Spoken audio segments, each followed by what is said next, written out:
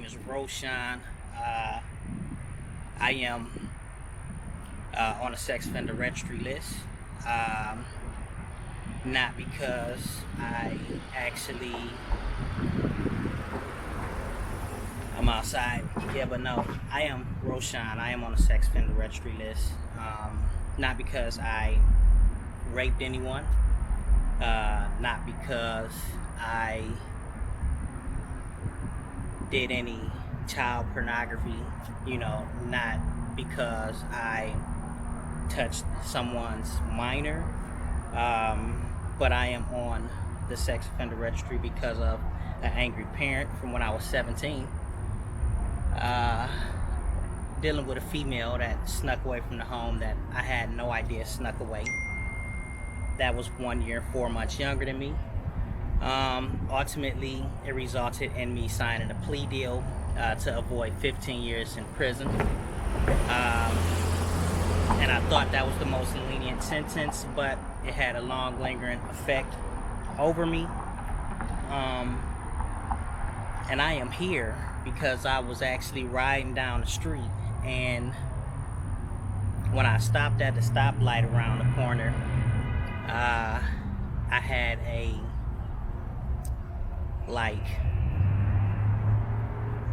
that light stopping at that corner made me think of,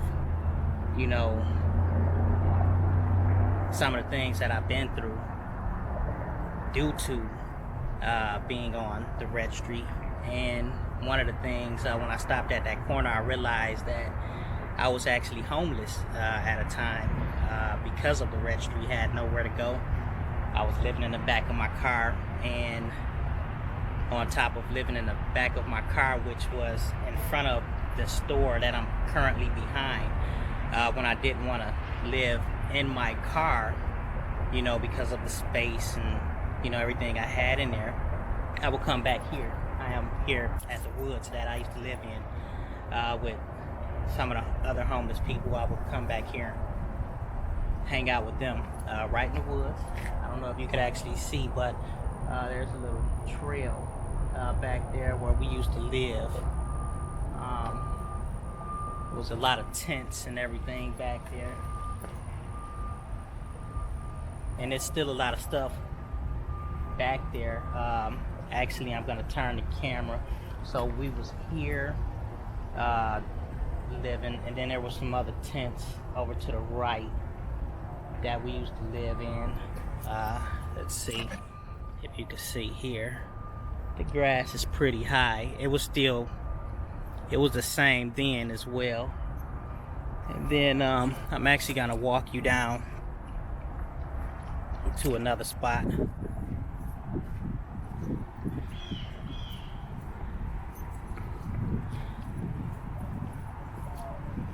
We would come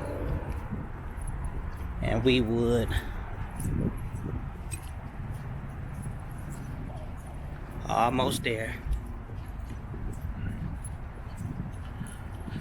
We would go back here. There was another tent back here that we used to live in.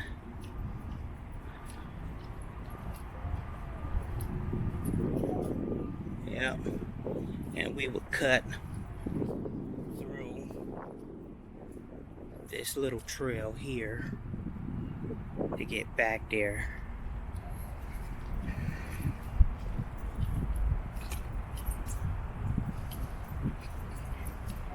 Currently, it appears that some people still live back there. Could be the same people. I don't know. It's a lot of homeless people around here, actually. It's more from when I was homeless. But, a lot of people wonder, how do people become homeless? And I was actually homeless because of the sex offender registry.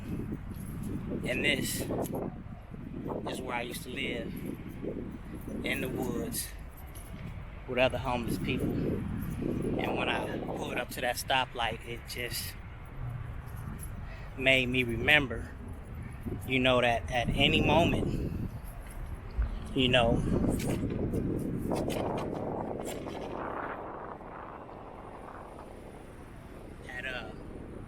pulled up to that stoplight yesterday and I seen a homeless person on the corner, it made me remember at any moment, you know, the sex offender registry can put me right back out here in the streets. That could ultimately land me right back in these woods, because there is no fair housing for people with criminal records, and it's even worse for people that's on the sex offender registry. And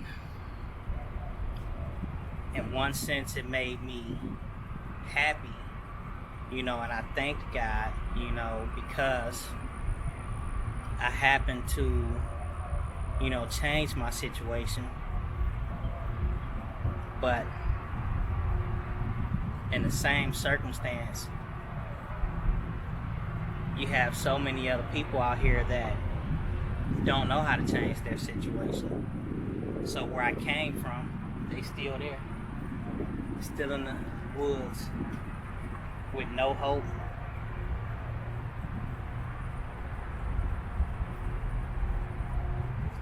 So when I pulled up to that light,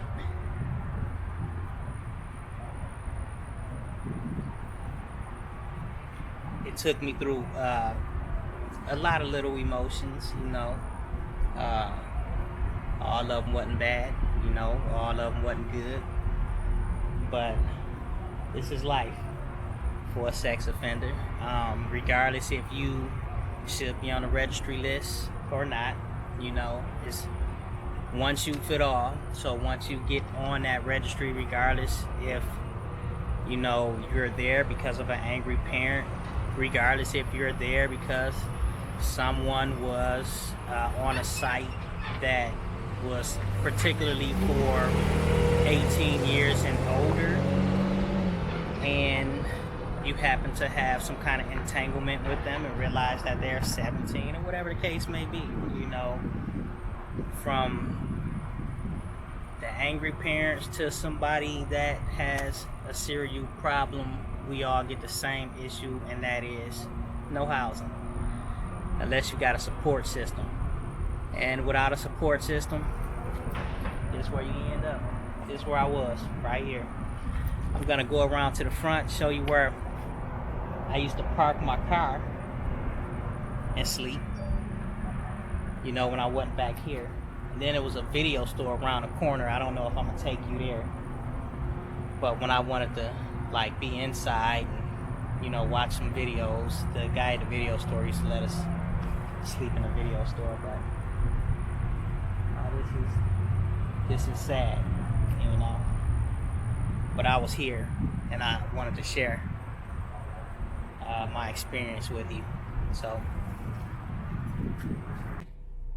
So before I go up to the front, I want to show you, I want to give you a closer look. If you could actually see where the people used to live, where I used to live, and where you could still see like some of the furniture and things like that. So let's see.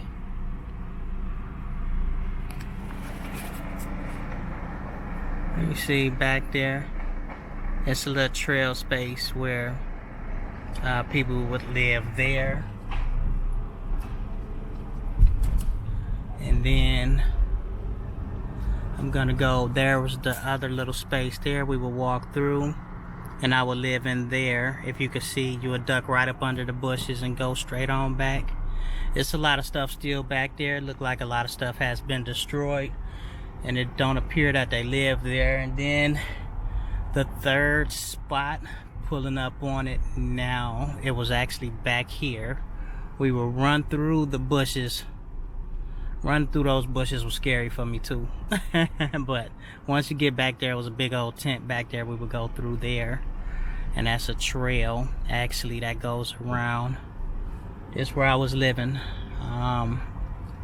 when I was out on the streets. And if you can see here, you got bikes and stuff back here, and people are still living back there. So they are living there. Now I'm gonna go around to the front and show you where I was living.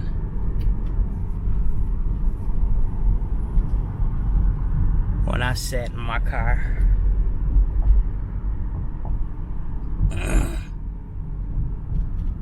All because of the sex offender registry.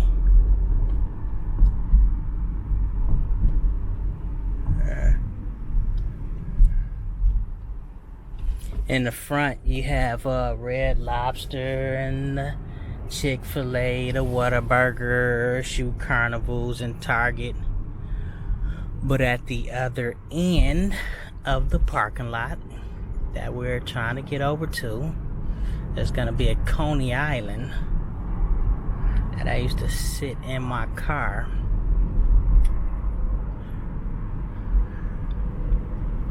I used to be productive at my car, actually, too. I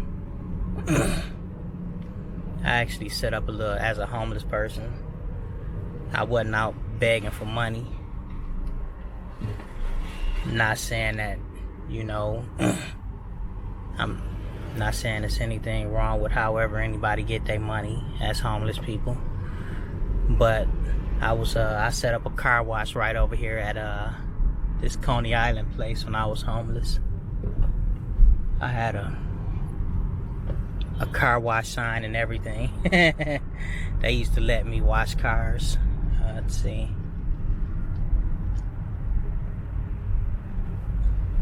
I just used to have to clean up. If I didn't clean up, they'd come and say something to me. So this James Coney Island here. So you see those signs right there that say 1, 2, and 3? My car would actually be parked right here under this tree. And number 3 spot. That's where I stayed every night, right here.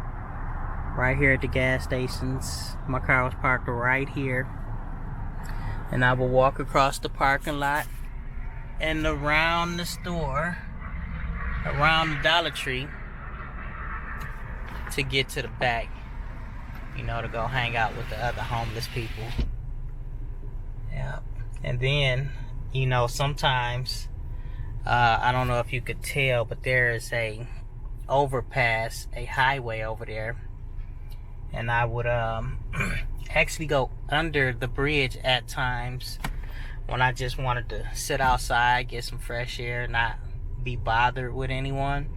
And I would go up to the top of the underpass and I would hang out with the birds and the pigeons. And of course you couldn't get too close or they would, fly away. But now,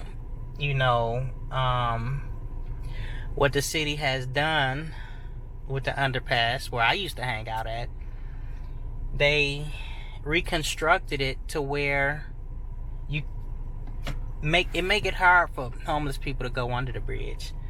They it's a solid wall now, where you can actually walk up, underpass, and they put big bricks under the highway to create a discomfort so the homeless people won't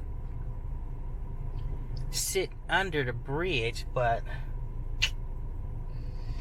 the homeless people, they are there anyway, on top of the boulders and rocks. It's about 7 tenths. I have no idea why they are homeless, but I know why I was homeless, and I could only imagine that some of these homeless people are homeless because of the same problem that I had. And that problem is the sex offender registry. And the sex offender registry, it need to make some changes. Like, we need changes to the sex offender registry, because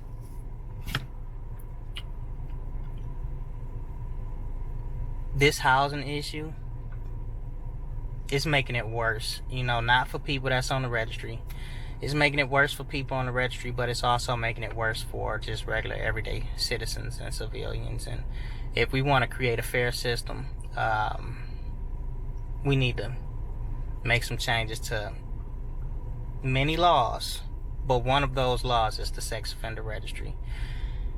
You should not be living in the bushes because you can't find housing because of a sex charge that you got for an angry parent, or somebody lying on you, like whatever. Like, everybody should not be categorized the same way. Now, maybe some of us need to be monitored a little closer than others.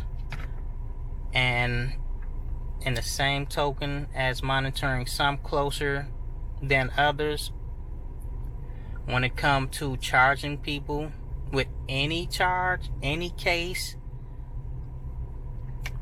it really need to be investigated. Like, people should not have to deal with this. Like, I should have never been in the bushes, in the woods, because of a sex offender registry case, but I was. And you know, hopefully one day we can do something about it. And the only way we can do something about it,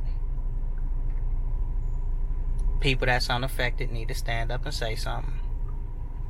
People that own houses and property, you know, before you just turn somebody away because of a criminal background, like, do a little due diligence and see who the person is that you are dealing with. You know, if it requires a little work, do it, because everybody don't deserve all the barriers that sit in front of them because of a criminal record.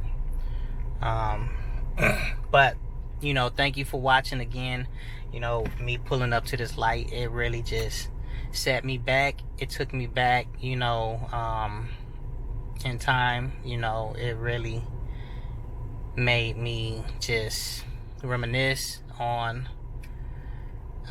dealing with the sex offender registry in a way that a lot of people understand, and that is homelessness.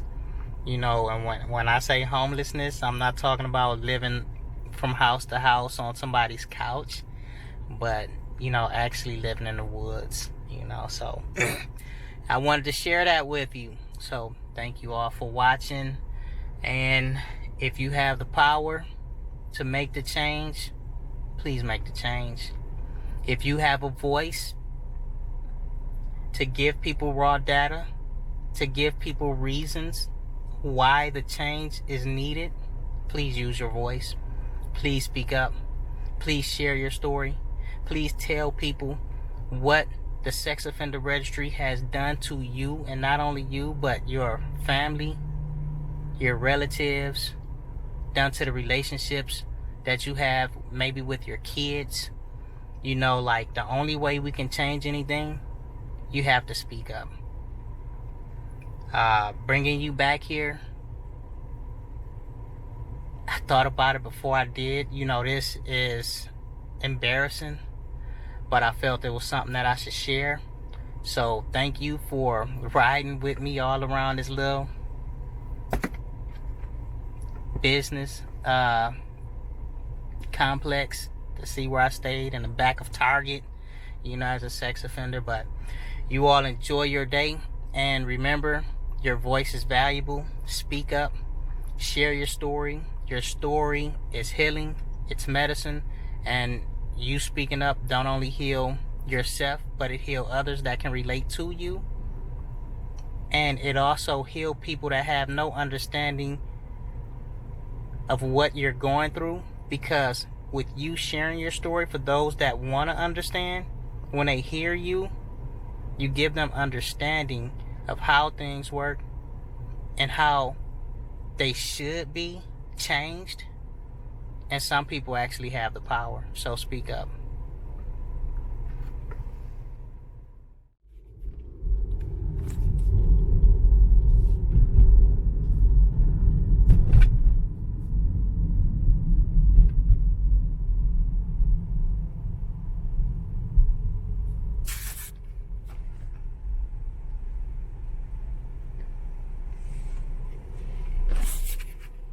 $2.90 in Hollister.